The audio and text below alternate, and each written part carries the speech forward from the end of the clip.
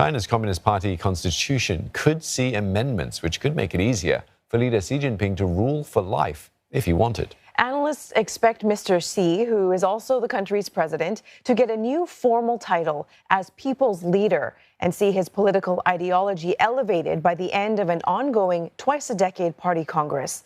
Olivia Seong has more.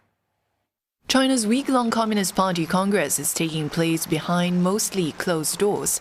Unlike previous editions, most media get no access to delegates' meetings this time. But on the sidelines of the Congress, official statements at news conferences give hints of what to expect. 每一个时代都需要有自己的杰出人物，因为杰出人物能够正确判断时代发展大势，洞察亿万人民共同愿望，善于走出和依靠人民，把共同愿望变为现实。习近平总书记就是我们这个伟大时代产生的杰出人物，众望所归的人民领袖。 That title of people's leader has been used increasingly in state media to refer to Mr. Xi. Analysts say it's a sign that the title could be made formal by including it in the party constitution, as revisions to the charter are on the agenda during the Congress. This would be significant as the title has never been used before, the official title of leader only ever being used for Mao Zedong and his successor Hua Guofeng, who held power briefly. People's leaders actually signal his position in party and also in the history of the PRC. He actually could utilize this title to be running the country for many decades.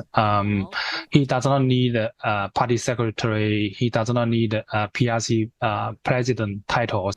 Amendments to the party constitution are also expected to elevate Mr. Xi's ideological thought to be on par with Mao's. Officials have hailed how it has allowed the party to solve many outstanding problems and advance the rejuvenation of the country. This even as China has faced challenges at home and abroad in the last decade. Part of that has been waging what Mr. Xi called a battle against corruption on a scale unprecedented in history. The Chinese leader had declared victory in his signature campaign, saying it had helped remove serious hidden dangers in the party, country, and the military, something reiterated by officials. 反腐败斗争10年磨一剑，一刻不停歇。我们党坚持有腐必反。